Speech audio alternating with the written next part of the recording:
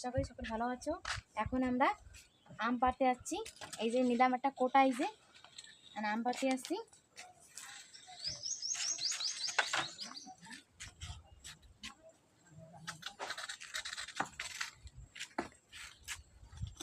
আসো আম পাড়তে যাই।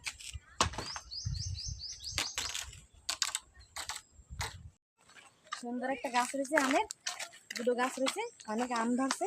সে আম আমরা বাইরে আচার দেবো, তাই আম পাড়তে যাচ্ছি।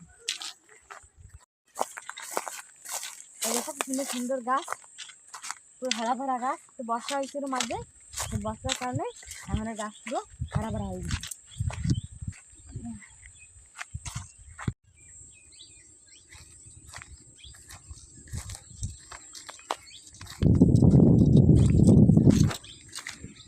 তো গাছ আমাকে আম বাগান আসছি। এই যে এখন এই যে আমার আয়েশার বাবা ধরছে কোটা নিয়ে যাচ্ছে আম পাড়তে, আমিও আর যাচ্ছি।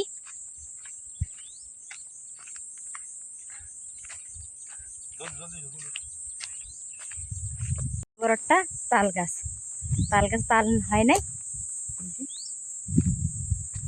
আর এই যে মুকুল গাছ, ওই যে দেখা যাচ্ছে মুকুল গাছ। এই যে আমাকে টং, এই টঙে আমরা বসি। আম বাগানে ওই যে আমাকে আম গাছ, আমাকে এই যে আম গাছ, এই দুটো আম গাছ এক জার হয়েছে। এই যে আম পাড়তিছে, ভীষণ রোদ্দুর, আমি একটু ছাওয়ায় দাঁড়াই। আম গাছে কিছু ফুলও হচ্ছে। এই যে এটা নিম গাছ, অনেক সুন্দর ছাওয়া দেয়। এই গাছটা বেশি আম হয় নাই। গাছটা দেখছো কি মোটা। এই হ্যাঁ পারতেছ না? এই যে এই কয় বছরের আম গাছটার বয়স কত হবে?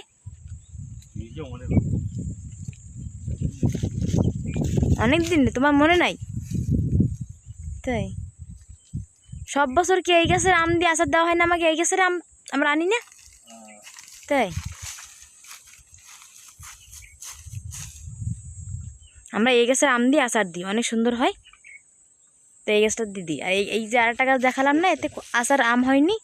এই গাছ দিয়ে দিই না, কারণ কি এইটার আম গলে না, সেদ্ধ হয় না। এই কোটার মধ্যে চারটে আম হচ্ছে, চারটে আম পাঁচটা একসময় ধরি, চারটে না পাঁচটা। এই দেখো আমের সাইজ, এই যে পাঁচটা আম, এই যে আমরা এই কতগুলো আম তুলছি, প্রায় 3 কিলোর ধারে। এই 3 কিলো আম তুলছি। এখন আজকে তো হবে না, দেখি কালকে বানান লাগবে, কেন কি বেলা প্রায় 12টা 1টা বাজে গেছে, এখন তো হবে না। কোটায় বাইতে তুলছি আম আচারের জন্য। আর এই যে আমরা আম পান্না বানাবো, আমের শরবত বানাবো, তাই এই যে আলদা রাখছি, আমের শরবত হবে। এই যে আমাকে আম পাড়া হয়ে গেছে, এখন আমরা বানিয়ে যাচ্ছি। ব্যাগে ধরে নাই, তাই আমি কিছু আঁচলে নিয়ে আসি। আমি এখানে যাচ্ছি।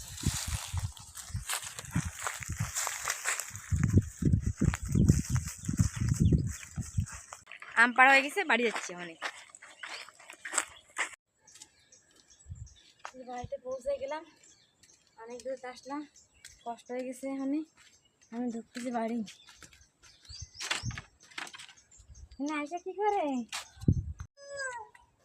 এই যে আম, আবার আসলে কতগুলো আম নিয়েছিলাম।